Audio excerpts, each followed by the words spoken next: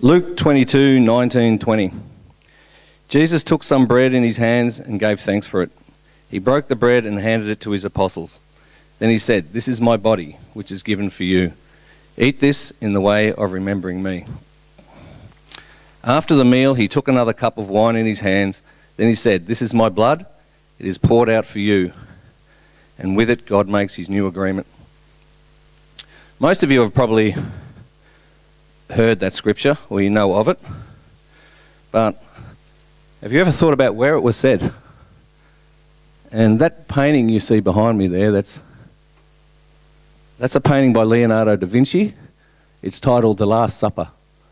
And the reason I've chosen this topic is my grandparents used to have a copy of this painting hanging on the wall, and I'd looked at it all my life, and all I knew that the guy in the middle was Jesus, and there were a few of his friends. And they were all hanging out, having a meal. It wasn't until a while ago we did a Bible study on this, and I got really fascinated with it. And Leonardo da Vinci, he painted this about the end of the 14th century, and it's Jesus, and it's only hours before he was taken away, arrested and crucified.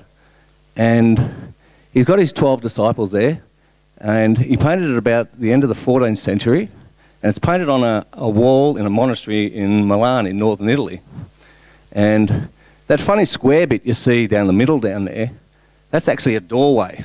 About 200 years after it was painted, somebody needed a doorway in the dining room, so they put one right through the middle of his feet, which is what human beings do to great works of art, you know. But there are 4 important events that took place on that night, and one of them was those scriptures that I just read out then. The other was the washing of the feet, and the other was the commandment to love one another. Also, he announced that Peter will deny him, and also that one will betray him. And that's what the theme of the painting is all about. It's all about that moment when somebody is betrayed him. And if you're curious about who's who, we're going to sort of work from left to right. So from this side of Jesus, we'll call that the left side, and this side's the right side. The first one on the left there is Bartholomew.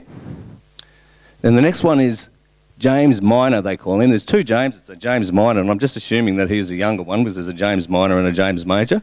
So he's James Minor, the younger one. The next one was Andrew.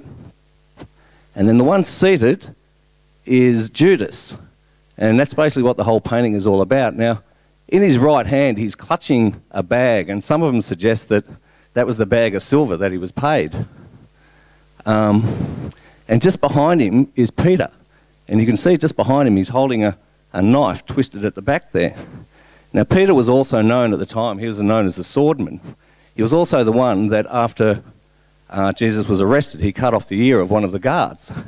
So you've got to remember that, you know, what we're looking at is the image of Leonardo da Vinci's mind, and these people are, Leonardo, he was hundreds of years ahead of his time, and these people, they have different minds, they just think differently, and they paint them into their pictures there.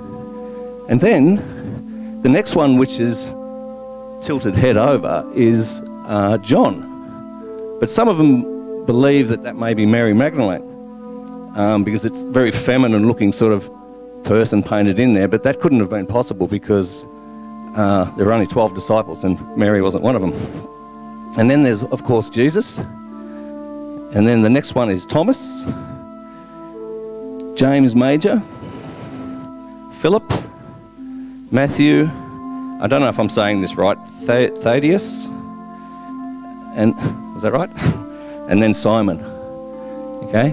Now, if you also look, that they're all in groups of 3, and every one of them has a different reaction to why what Jesus has just said, that this is, that somebody will betray him.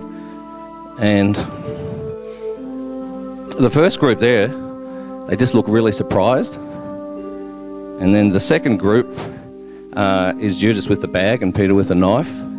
Then the third group, they're questioning him. They're looking at Jesus and they're questioning him about it. And then the fourth is they're sort of discussing really loudly about themselves, you know, and about this crazy announcement. Now, it was only hours later, after all this, that he was arrested and then crucified. Now, our main theme is around communion and taking the bread, but I quite often try to put myself there around that table, and I started to think about that if we put ourselves there, but that's really what we do now. We put ourselves around that table every time we do communion. And then I thought, how cool would it have been to be one of the disciples? But then we're all disciples. We're all disciples, and we're all putting ourselves around that table. You know, so just as a sign of respect, if you just like to stand and you can take your ambulance, just sort of try to put yourself around there, and you know, maybe each one of those characters has a different story. You could spend a lifetime studying them. You've got Judas, who betrayed him, and Peter, and all the different characters there. That, you know, the one I would like to be is John. He lived his life out for Jesus, and he followed him right to the end, and he was the last one to die. So I want to be him. So just close your eyes and just put yourself around that table in your own time. Thank you.